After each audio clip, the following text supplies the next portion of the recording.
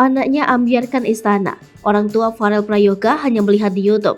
Minder bertemu presiden. Tampil percaya diri hingga aksinya mampu ambiarkan istana merdeka. Ternyata Farel Prayoga ke Jakarta sendirian, tak didampingi orang tuanya. Ayah ibunya hanya melihat di YouTube. Ada kisah dan pengakuan haru dari orang tua Farel Prayoga yang menjadi alasan mereka tak mendampingi sang putra bernyanyi di upacara HUT RI ke-77 di istana. Diketahui, sejak aksinya menyanyi, Farel Prayoga mendadak viral. Saat Farel menyanyikan lagu Ojo Dibandingke di hadapan Presiden Joko Widodo, para tamu undangan bahkan jajaran menteri sampai ibu negara Iriana Jokowi pun ikut berjoget. Farel Prayoga, penyanyi cilik asal Kabupaten Banyuwangi, Jawa Timur. Bocah kelahiran 8 Agustus 2010 itu tercatat sebagai siswa kelas 6 SD Negeri 2 Kepundungan, Srono, Banyuwangi. Farel Prayoga anak ketiga dari pasangan Joko Suyoto dan Siti Mujayana. Lantas, mengapa orang tua Farel Prayoga tak ikut mendampingi Farel ke istana? Joko, ayah Farel, bercerita ia dan sang istri merasa minder.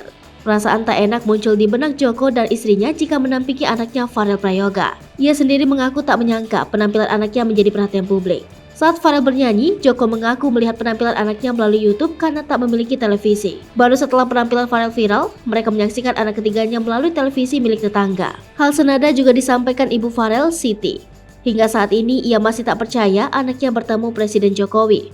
Menurut Siti, tak ada persiapan khusus untuk Farel saat tampil di Istana Negara.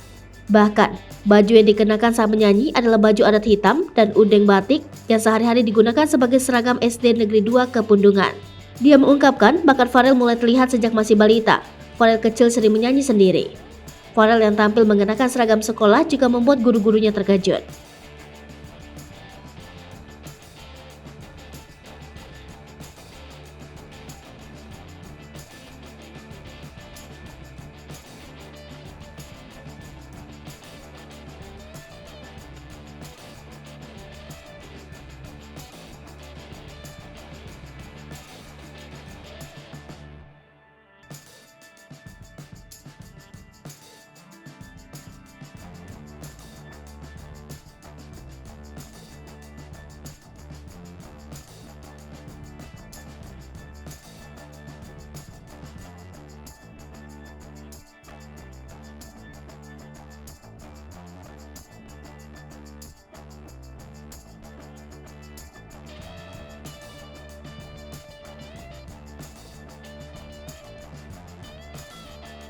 Hai pemirsa Sri Popo TV, jangan lupa komen, like, dan subscribe, serta tonton terus berita-berita terupdate lainnya ya.